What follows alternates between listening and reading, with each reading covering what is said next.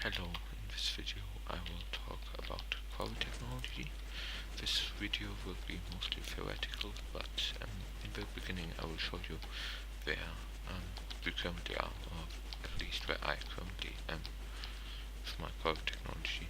So what we have here are some flying machines which can mine a three-dimensional cube of arbitrary size if the right things are activated at the right time. So basically all I need is a control system, and I will just quickly show you how a line of blocks is processed in here.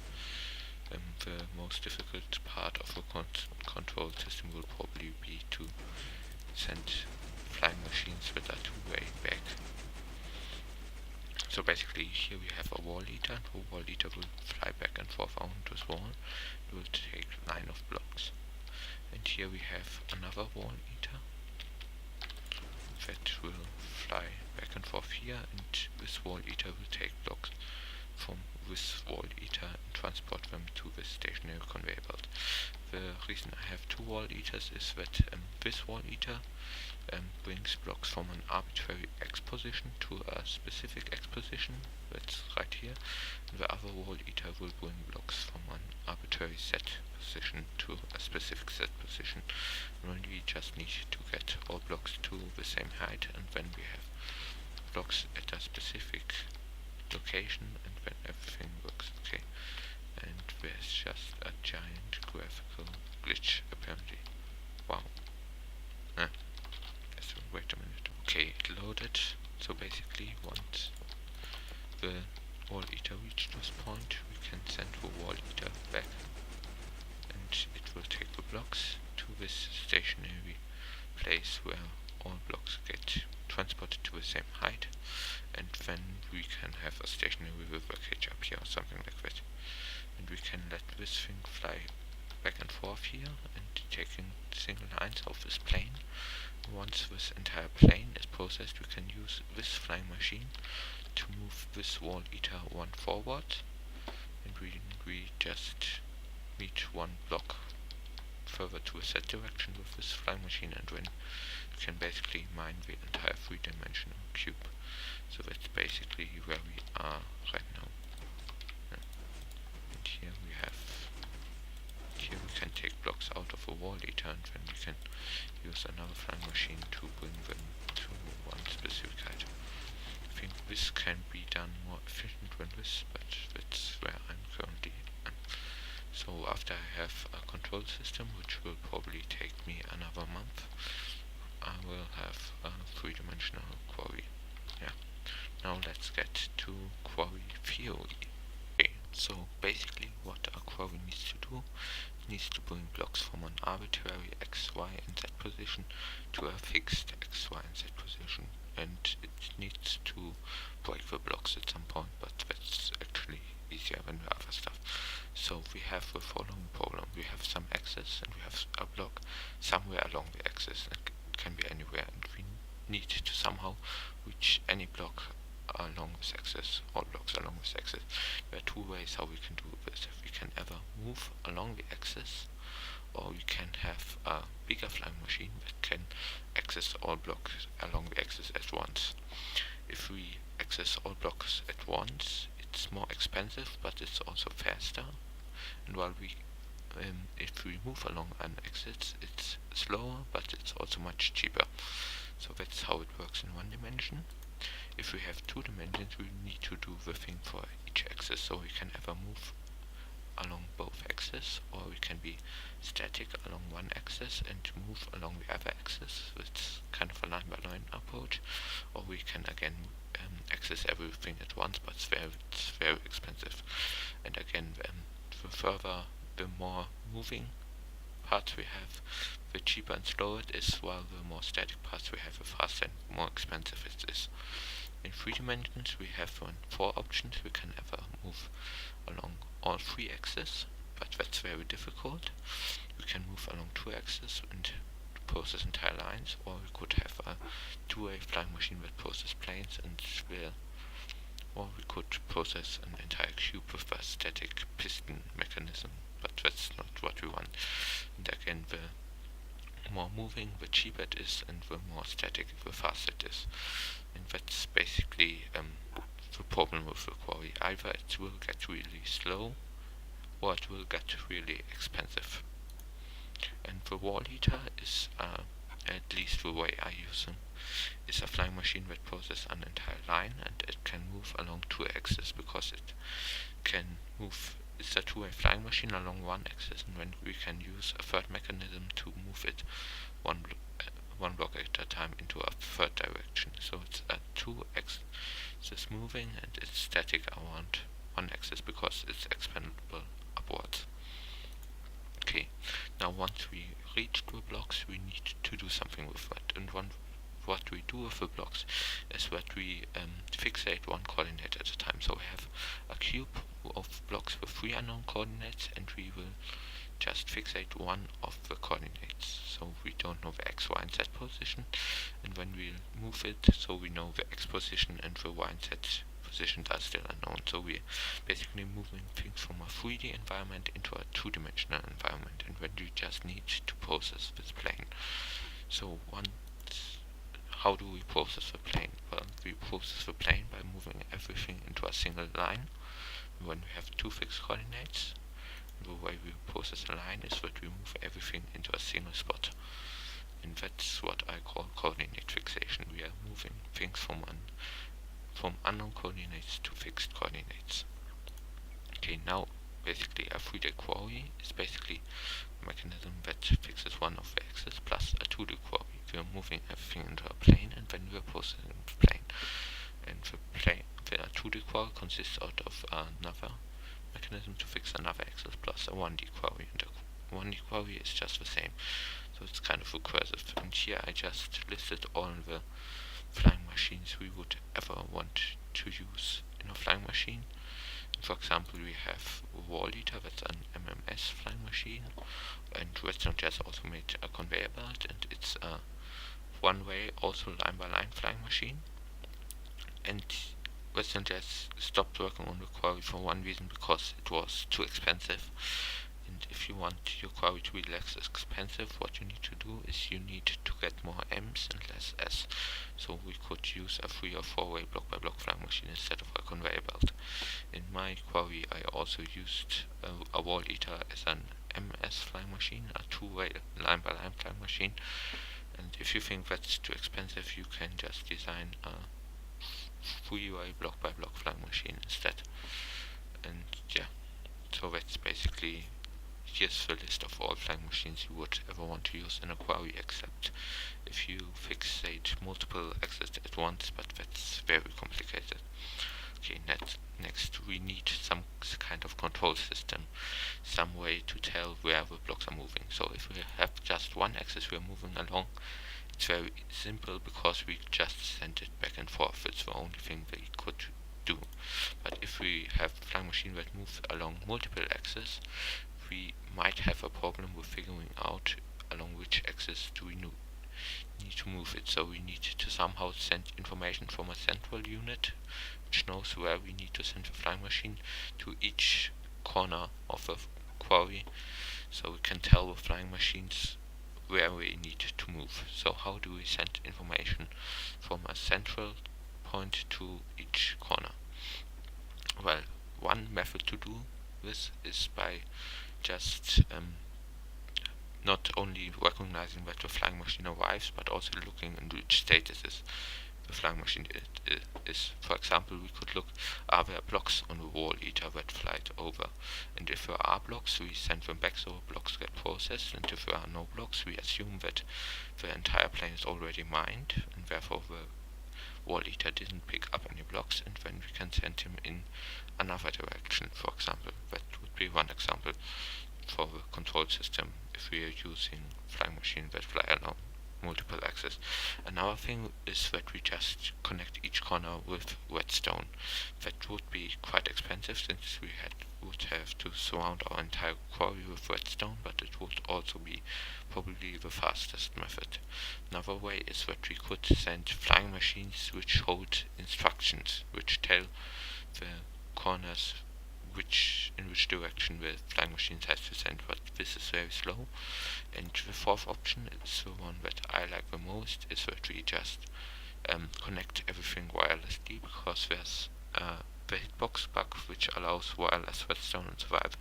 I think that's just would be the best way to send information along all these corners. Okay, next, processing. There are two dimensions where processing makes sense. Either we fixate all coordinates and then process things in a static river cage, or we process things before we fixate with coordinates. But to process things before we fixate any coordinates, we need to reach all blocks in a three-dimensional environment, and therefore we have to do very complicated things like a 5-way mobile with a cage, or a 1-day array of 3-way mobile with a cages, which already gets expensive. So I think there is a lot of work to do to get any of this to work. And another problem is that even after we broke the blocks in a three-dimensional environment, we still need to get the hopper minecarts to a fixed position, and this might be even more complicated than getting blocks to a fixed position, because they have completely unknown coordinates, and it's much more annoying to move hopper minecarts than moving blocks. Now there might be some reason why we want to process things in one dimension, and that is that items automatically fall down, and that would get rid of the Y fixation.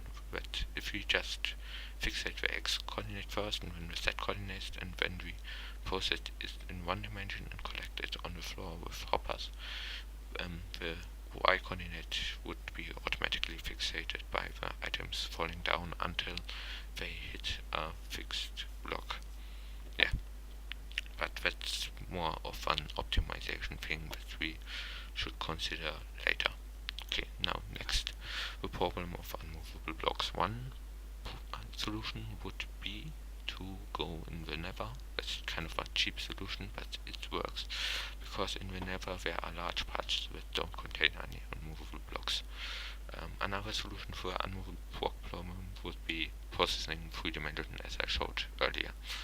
Okay, next, another solution to an unmovable block problem is to set up a quarry in unpopulated chunks, because when a chunk gets generated, it doesn't have all the materials you usually see in a chunk, but just very few materials, and none of them except bedrock is unmovable, and the chunk gets populated if the chunks in the positive X and Z direction are all loaded. So in theory we could set up a quarry in unpopulated chunks, and we wouldn't run into any unmovable blocks, because in unpopulated chunks there are no unmovable blocks.